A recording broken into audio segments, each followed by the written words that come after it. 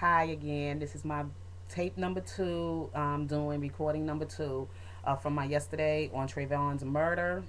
And so far, I'm coming with you with some more updates on what's taking place right now in the movement, how we are making some progress. Because I heard so far that Bill Lee, the chief of the Department of Police in Stanford, Florida, is being asked to resign, and also it was a vote that people don't feel confident with him as the chief of that department, and also it's been a vote of 3-2. So we're making some progress. That some things are going to make some changes, and I'm thanking all of you who have gotten involved with this whole thing, who have been doing your part, making videos. Those of you who have been out there marching. Those of you who have been on Facebook, on Twitter, on whatever social network you have been able to, talk about this thing.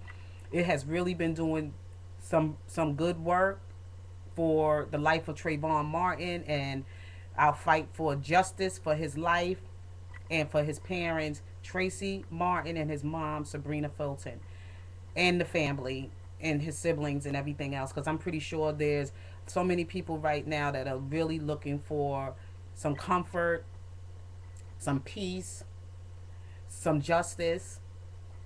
And I'm looking for that because even though Martin wasn't my child, or I didn't know Martin, but I have nephews. I know a lot of friends that have young teenage boys, and I'm frightened for them because what took place is not only a problem for what happened in Sanford, Florida. This can spread across the land where people feel they have a right to be saying they the neighborhood watchman, and anytime they see a suspicious looking person, they can just take their life. Or a young person, a young teenage boy wearing a hoodie or anything attire that may look, urban or whatever, that they feel they have a right to just go and question that person to pursue them, and then also feel they have a right to pull out a 9mm and blast them away. So this is why this is so important to me, and this is why I'm making these videos, and this is why I'm giving my opinion, my views, my feelings, and everything else about what took place. Now, moving along in this story, as I continue to go on with more details, some of the children at the Sanford, Florida school just walked out for their part in taking in the death of Trayvon Martin. And this is not only just going to be about Trayvon Martin, this is going to be about everybody else's child in the future.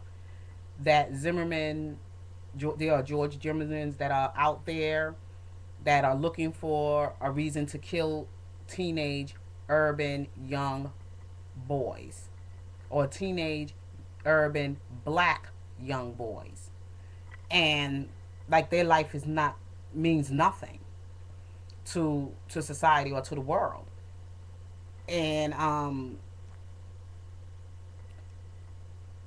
it's just going to have to be some changes with this stand your grounds. It has going to be revisited, and they're going to have to come up with some kind of better way of regulating things when people are being able to defend themselves. And that's not going to be the way for somebody to carry a 9mm, or somebody considered to be a neighborhood watch person, and how this whole thing was handled on the night of Trayvon's murder. That the police did tell him, the dispatchers did say, do not follow the suspicious person. They were on their way to scout out the community to see if everything was safe, but he got out of his car, his truck, approached Trayvon, asked him what is he doing in the neighborhood. I don't know what else kind of conversation took place after that. All I know is that the girlfriend, from what she heard on the tone when she was talking to Trayvon, is that he asked him, what are you doing in this neighborhood? And Trayvon asked, why are you following me? Then there was some altercation. Now I want to go back to the witnesses. Now there were witnesses that saw Zimmerman straddling on top of Trayvon outside during the altercation, and They also said it didn't look like self-defense to them. And there were witnesses who also gave their names, their address, their phone numbers, everything to give a description of what they saw that night of Trayvon's murder.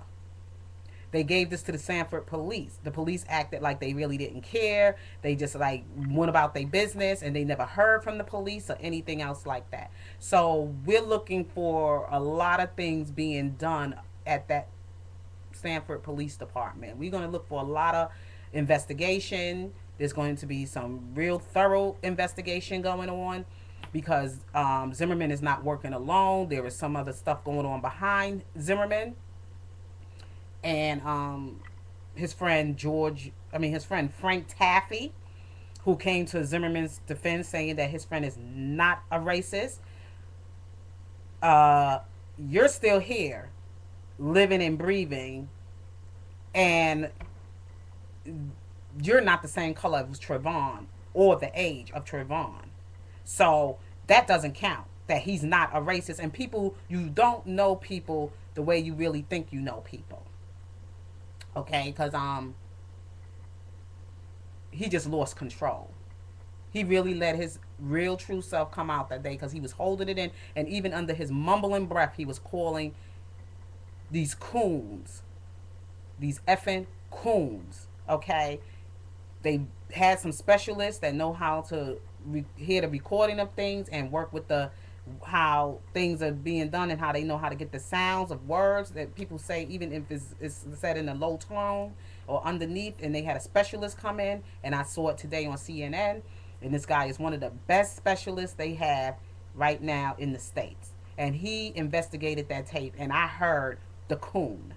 Some people even got even better ears that have heard it when it was played before the specialist even got in there. So they don't know if this is going to be enough to work with, and when this thing takes place on when it goes towards the grand jury. But still, know we're going to keep in prayer because we know God is working on this. God is moving across the land. He's touching hearts and minds and souls and getting people involved. We're not going to keep quiet. We're not going to stay quiet until something is going to be done about the killing of Trayvon Martin on February 26th of 2012. We're going to continue to do videos. We're going to continue to post comments and post stories on Facebook, Twitter, and all other kind of ways of communicating with the public about the death of this young man, and that we want to see justice and we want to see Zimmerman brought in, charged for the murder of this young man. So I'm glad that you was able to watch this video. I would like to hear from you, so leave your comments, let me know what you think, and let's keep hope alive, and let's keep pressing for the higher mark. Be blessed.